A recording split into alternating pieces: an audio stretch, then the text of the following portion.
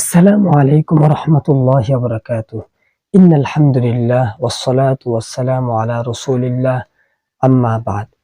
সকল প্রশংসা আল্লাহ তাআলার জন্য, যিনি উভয় জাহানের প্রতিপালক, পরম করুণাময়, অসীম দয়ালু।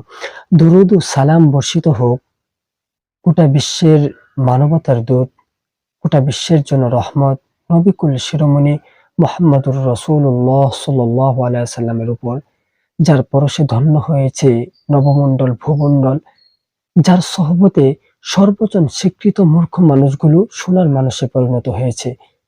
সম্মানিত উপস্থিতি, আজকে আমরা রাসূলুল্লাহ সাল্লাল্লাহু আলাইহি ওয়াসাল্লাম সম্পর্কে জানব। আমরা জানি তিনি ছিলেন পৃথিবীর সকল মানুষ থেকে হৃদয় কোমল ব্যক্তি। তিনি বাচ্চাদেরকে স্নেহ করতেন, বড়দেরকে সম্মান করতেন। শুধু তাই নয়, তিনি এতিমদের মাথায় হাত বুলিয়ে দিতেন। স্বয়ং আল্লাহ তাআলা নিজেই ওনার ব্যাপারে কুরআনুল কারিমে বলেছেন, ওয়ামা আরসালনাকা ইল্লা রাহমাতাল লিল আলামিন। আল্লাহ বলছেন, আমি মুহাম্মদুর রাসূলুল্লাহ সাল্লাল্লাহু আলাইহি ওয়াসাল্লামকে দুনিয়াতে রহমত স্বরূপ প্রেরণ করেছি।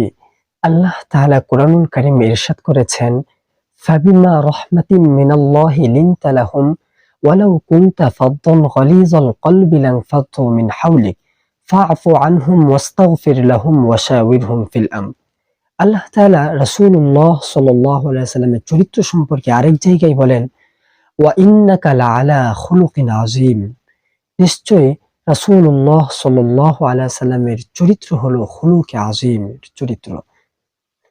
শুধু তাই নয়, আমরা যদি হাদিসের দিকে লক্ষ্য করি তাহলে দেখব, একবার হযরত আয়েশা সিদ্দিকা রাদিয়াল্লাহু তাআলা আনহাকে প্রশ্ন করা হয়েছিল, রাসূলুল্লাহ সাল্লাল্লাহু আলাইহি ওয়াসাল্লামের চরিত্র কি? তখন হযরত আয়েশা সিদ্দিকা রাদিয়াল্লাহু তাআলা আনহা বলেছিলেন, খুলুকুহু আল কুরআন। রাসূলুল্লাহ সাল্লাল্লাহু আলাইহি ওয়াসাল্লামের চরিত্র হলো আল কুরআন। গোটা কুরআনই হলো রাসূলুল্লাহ সাল্লাল্লাহু আলাইহি ওয়াসাল্লামের বৈশিষ্ট্য, চরিত্র।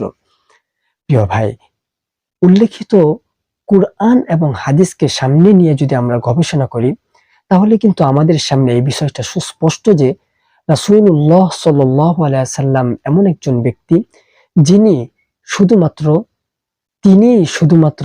একটা গোত্র, একটা পরিবার, একজন ব্যক্তির আইডল হতে পারে। শুধুমাত্র রাসূলুল্লাহ সাল্লাল্লাহু আলাইহি ওয়াসাল্লাম একজন ব্যক্তির মাইলফলক হতে পারে। শুধুমাত্র রাসূলুল্লাহ সাল্লাল্লাহু আলাইহি ওয়াসাল্লামই একজন ব্যক্তির জন্য আদর্শ হতে পারে। রাসূলুল্লাহ সাল্লাল্লাহু আলাইহি ওয়াসাল্লাম ছাড়া অন্য কেউ একজন ব্যক্তির মাইলফলক, আদর্শ কখনোই হতে পারে না। এবং রাসূলুল্লাহ সাল্লাল্লাহু আলাইহি ওয়াসাল্লামের চরিত্র, রাসূল সাল্লাল্লাহু আলাইহি ওয়াসাল্লামের বৈশিষ্ট্যের সমকক্ষ কেউ হতে পারে না। প্রিয় ভাই, পৃথিবীতে শুধুমাত্র একজনই ব্যক্তি আছে যার চরিত্র নিয়ে শত শত মানুষ বই লিখেছে। পৃথিবীতে শুধুমাত্র একজনই ব্যক্তি আছে যার চরিত্র নিয়ে শত লেখকরা কলম ধরেছেন। পৃথিবীতে শুধুমাত্র একজনই ব্যক্তি আছে যার ছোট থেকে বড় প্রতিটা পাঠ, প্রতিটা অধ্যায়, প্রতিটা সময়টা মানুষের জন্য আদর্শ, মানুষের মাইলফলক। আলহামদুলিল্লাহ, রাসূলুল্লাহ সাল্লাল্লাহু আলাইহি ওয়াসাল্লামের চরিত্র নিয়ে বেশ কিছু অধ্যয়ন আমি করেছি। আমি যদি আপনাদেরকে দেখাই, দেখেন রাসূলুল্লাহ সাল্লাল্লাহু আলাইহি ওয়াসাল্লাম কেমন ছিলেন সেটা নিয়ে আমাদের বড়রা আমাদের জন্য বই লিখে গিয়েছেন। রাসূলুল্লাহ সাল্লাল্লাহু আলাইহি ওয়াসাল্লাম কেমন ছিলেন? একটা বাচ্চা, সে ছোট, তার জীবনটা কেমন হবে, তার মাইলফলকটা কেমন হবে, সে কাকে আদর্শ হিসেবে গ্রহণ করবে, সেই ব্যাপারে কিন্তু চমৎকার ছোটদের সিরাতের বই লিখেছেন।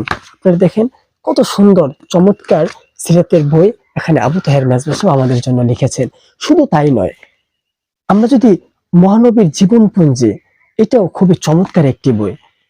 প্রিয় ভাই, একজন মানুষ কিভাবে ছোট থেকে রাসূলের আদর্শ নিয়ে গড়ে উঠবে, একজন মানুষ কিভাবে তার চরিত্র, তার বৈশিষ্ট্যকে সুন্দর চরিত্র, সুন্দর বৈশিষ্ট্যে রূপান্তর করবে, সেই জন্যই দেখেন নবী পরশমণি সাইয়্যেদ সুলাইমান নদভী রাহমাতুল্লাহি আলাইহি চমৎকার এই বইটা আমি পড়েছি। আলহামদুলিল্লাহ, খুবই চমৎকার ভাবে রাসূলুল্লাহ সাল্লাল্লাহু আলাইহি ওয়াসাল্লাম জীবন বৈশিষ্ট্যগুলো এখানে ফুটিয়ে তুলেছেন। বর্তমান সময়ের খুবই আলহামদুলিল্লাহ বর্তমান সময়ের খুবই গুরুত্বপূর্ণ একটি বই, এবং যেটা ব্যাপক সাড়া পড়েছে বর্তমান সময়ে। আমরা জানি মুসলিম উম্মার ইতিহাস, আলহামদুলিল্লাহ এই বইটাও আমার অধ্যয়ন করা হয়েছে। মুসলিম উম্মার ইতিহাসের প্রথম খণ্ডে মাওলানা ইসমাইল রেহান সাহেব রাসূলুল্লাহ সাল্লাল্লাহু আলাইহি সাল্লামের চরিত্রকে ফুটিয়ে তুলেছেন।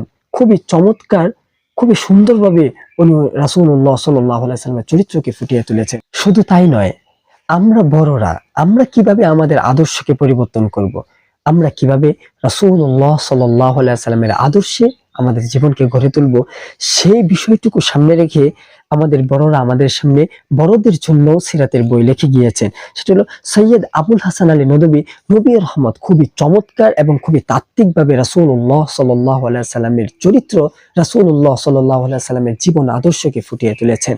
প্রিয় ভাই, রাসূলুল্লাহ সাল্লাল্লাহু আলাইহি সাল্লামের আরো বৈশিষ্ট্য আরো চমৎকারভাবে ফুটিয়ে তোলার জন্য সিরাতে রাসূল আকরাম সাল্লাল্লাহু আলাইহি সাল্লাম আবুল হাসান আলী নদভী আমাদের জন্য রেখে গিয়েছেন। এতক্ষণ যে বইগুলো আপনাদের সামনে আমি উপস্থাপন করেছি সেগুলো হলো মুসলিম লেখকদের লেখা, মুসলিম গবেষকদের গবেষণা। আমি যদি একটু এই জায়গা থেকে আরেকটু সামনে যাই এবং আপনাদেরকে এই মুসলিম গণ্ডি থেকে বের হয়ে দেখায়, তাহলে দেখেন রাসূলুল্লাহ সাল্লাল্লাহু আলাইহি সাল্লামের বৈশিষ্ট্য কতটা মহৎ ছিল।